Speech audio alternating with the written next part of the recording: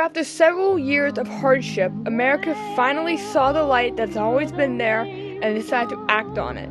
The new president, FRD, Franklin D. Roosevelt, came out with a New Deal. This deal would bring back jobs, it would bring back food for Americans, but most importantly, it would bring back money. Money that America has been so desperately missing for the past 3 years. Roosevelt was able to do something that Hoover was unable to do. Bring back America to where it was. Bring it back on top, put it in the super country of the world. But here's the thing with this whole problem. The Great Depression really started in 1929 and ended in 1933. Because 1933 is when the New Deal was introduced to America.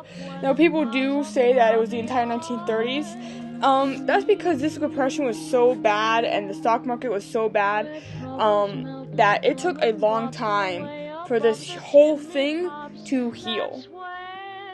The Wall Street crash of 1929 was so bad, it took 25 years for it to recover. That's a quarter of a century.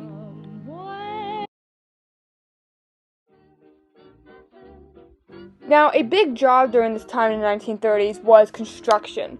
Farming was really from the beginning where there wasn't really much money to go around, but with the New Deal bringing in more money, more jobs were allowed to be created.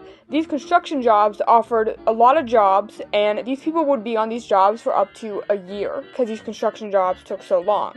Now, though obviously they may not have been paid, $25,000 a year, they were still paid good, and that's better than farming, because farming, they weren't being paid because they have to make money off of selling objects.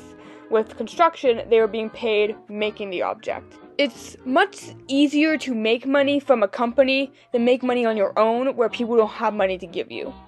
Not saying these conditions were any better because they were construction sites, people did die on them, but what I am saying is that it was much easier to make money under a company than try to make money on your own, where you have to rely on people buying your object, and people didn't have money in the first place to give you.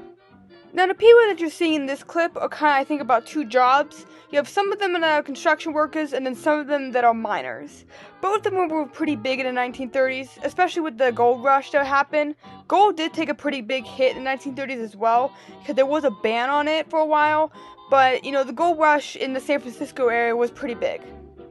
Now, the clip you're watching now is actual footage from the building process of the actual Hoover Dam. It's funny that they named it the Hoover Dam after the president that basically made their lives a living hell, because he never helped them.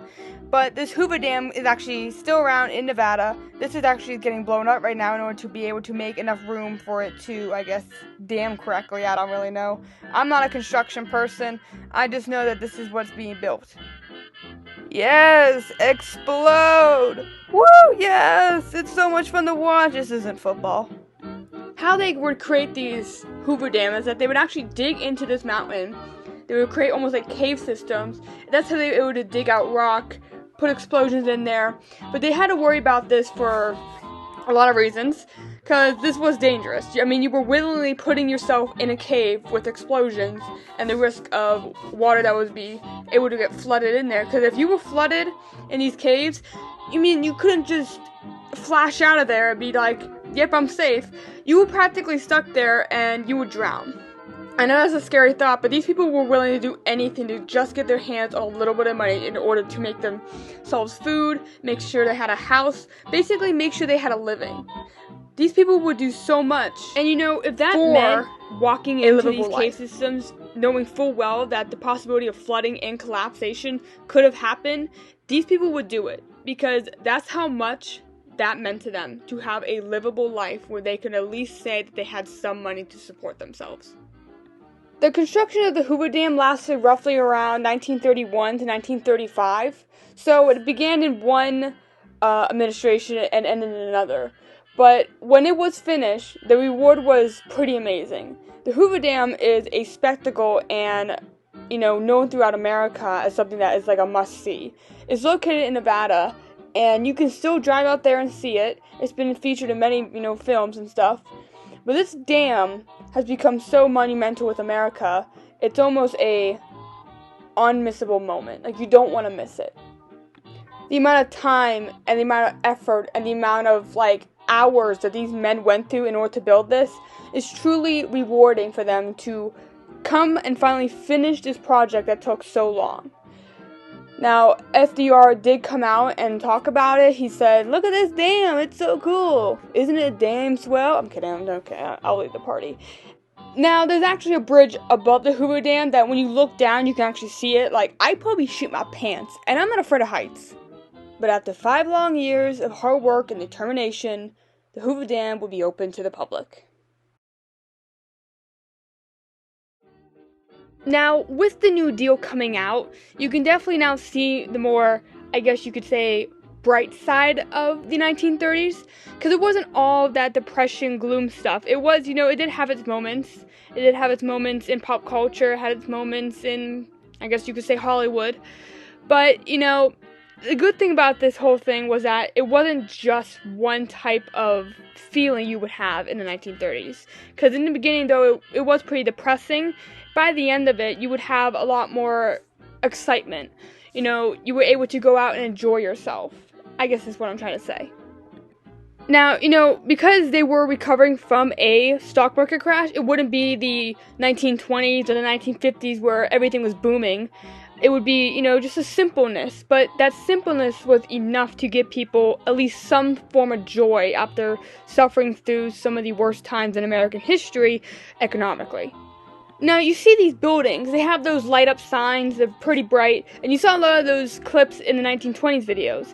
That's pretty much because, in the 1930s, we weren't too much focusing on building new signs for cities as much as we were trying to find money. So a lot of this stuff does look like it's from the 1920s, but I promise you it is from the 30s. But it does look like the 1920s because we weren't as, involved in improving lights and setups throughout the cities as much as we were trying to find money, find jobs, and just try to take care of themselves. Now, though America was beginning to rise and become that great superpower again, on the other side of the world, a country was seeking revenge from a war 20 years prior.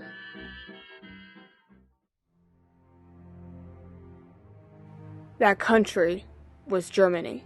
With the people of Germany tired of being mistreated and being poor, they looked to a new government. Germany changed violently, with labor and death being the answer to simple crimes. A new greeting was established, a heel to the leader, represented by a symbol once recognized with peace would now represent racism, genocide, and darkness. This darkness would lead Germany down a sadistic path, lead the world to a battle we wish never happened, but a war we will never forget.